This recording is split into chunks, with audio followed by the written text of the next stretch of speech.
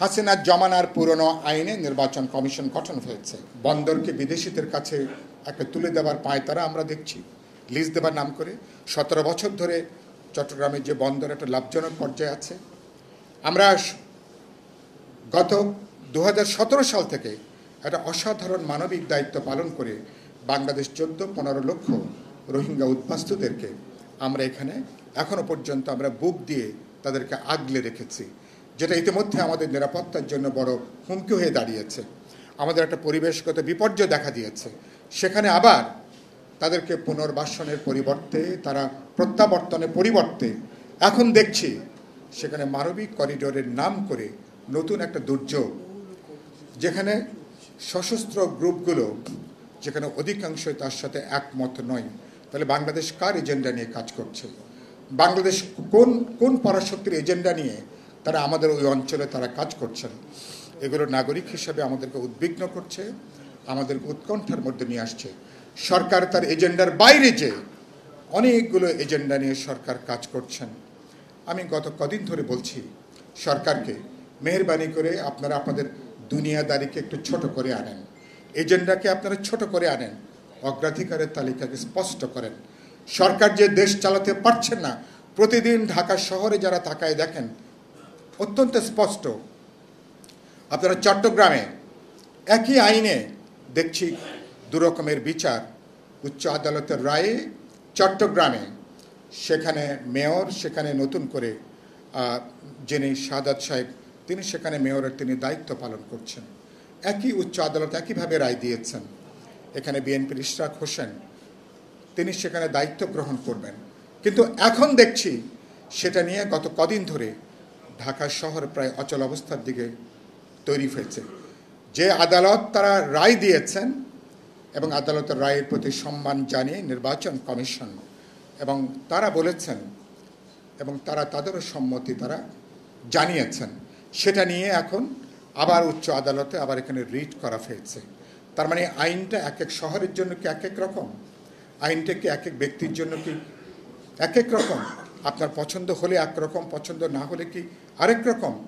আবার গোটা আন্দোলনটাই হয়েছে ভোটের দাবিতে, গণতান্ত্রিক অধিকারের জন্য, অবাধ নিরপেক্ষ একটা বিশ্বাসযোগ্য নির্বাচনের জন্য, যার মধ্য দিয়ে রাষ্ট্র, সমাজ, সংবিধানেরও আমরা একটা গণতান্ত্রিক রূপান্তর সম্পন্ন করব।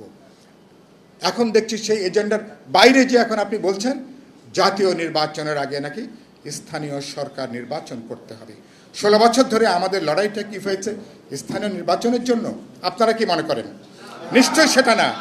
16 বছরের লড়াইটা হচ্ছে হাসিনা এদেশের মানুষের ভোটাধিকারকে হরণ করেছে, চুরি করেছে, ডাকাতি করেছে। সে ভোটের নামে একটা জবরদস্তি, একটা অন্যায় তামাশা মঞ্চস্থ করেছে। গোটা লড়াইটাই হচ্ছে গণতন্ত্রের জন্য, ভোটাধিকারের জন্য একটা নিয়মতান্ত্রিকভাবে সরকার পরিবর্তনের পথটা যেন আমরা শুরু করতে পারি। এখন সেই প্রশ্নের বাইরে যে আমরা দেখছি স্থানীয় সরকারের একটা রব এখন তারপর এখন তোলা হচ্ছে। তুলছেন কারা? যারা সরকারের সঙ্গে যুক্ত আছেন। এই সরকার থাকলে যাদের জন্য সুবিধা হয়, এই সরকার থাকলে যাদের অর্থনীতি, রাজনৈতিক, প্রশাসনিক আধিপত্য যারা বাড়িয়ে তুলতে চান, তারা এই সরকারকে তারা প্রলম্বিত করতে চান, দীর্ঘায়িত করতে চান, অনিশ্চিতকালের জন্য একটা জবাবদিহিহীন সরকারকে তারা নিয়ে যেতে চান। এই সরকার যে দেশ চালাতে পারছে না, কেবলমাত্র গত 1 মাসে ঢাকা শহর দিকে তাকালেই তো সেটা বোঝা যাচ্ছে। সেজন্য আমরা বলেছি, এবং আজকে তারা নির্বাচন কমিশনও আজকে তারা ঘেরাও করছেন, বলছেন নির্বাচন কমিশন নাকি পুনর্গঠন করতে হবে। আমরা বলেছি হাসিনার জমানার পুরনো আইনে নির্বাচন কমিশন গঠন হয়েছে, সে আইনটাকে ভবিষ্যতে পরিবর্তন দরকার। আমরা যে সংশোধনী দিয়েছি ঐক্যমত কমিশন, সেখানেও এই প্রস্তাবনাটা আছে। কিন্তু এখন নির্বাচন কমিশনকে ঘেরাও করতে হচ্ছে কেন? নির্বাচন কমিশন উচ্চ আদালতের রায়টাকে তারা সম্মান দিয়েছিলেন বলে এখন নির্বাচন কমিশনকে ইশরাক যেন শপথ গ্রহণ করতে না পারে, সেটাকে পক্ষপাত দুষ্ট হিসেবে সেটাকে বিবেচনা করা হচ্ছে। গত 6 মাস ধরে নির্বাচন কমিশনে কোনো কিছু বললেন না।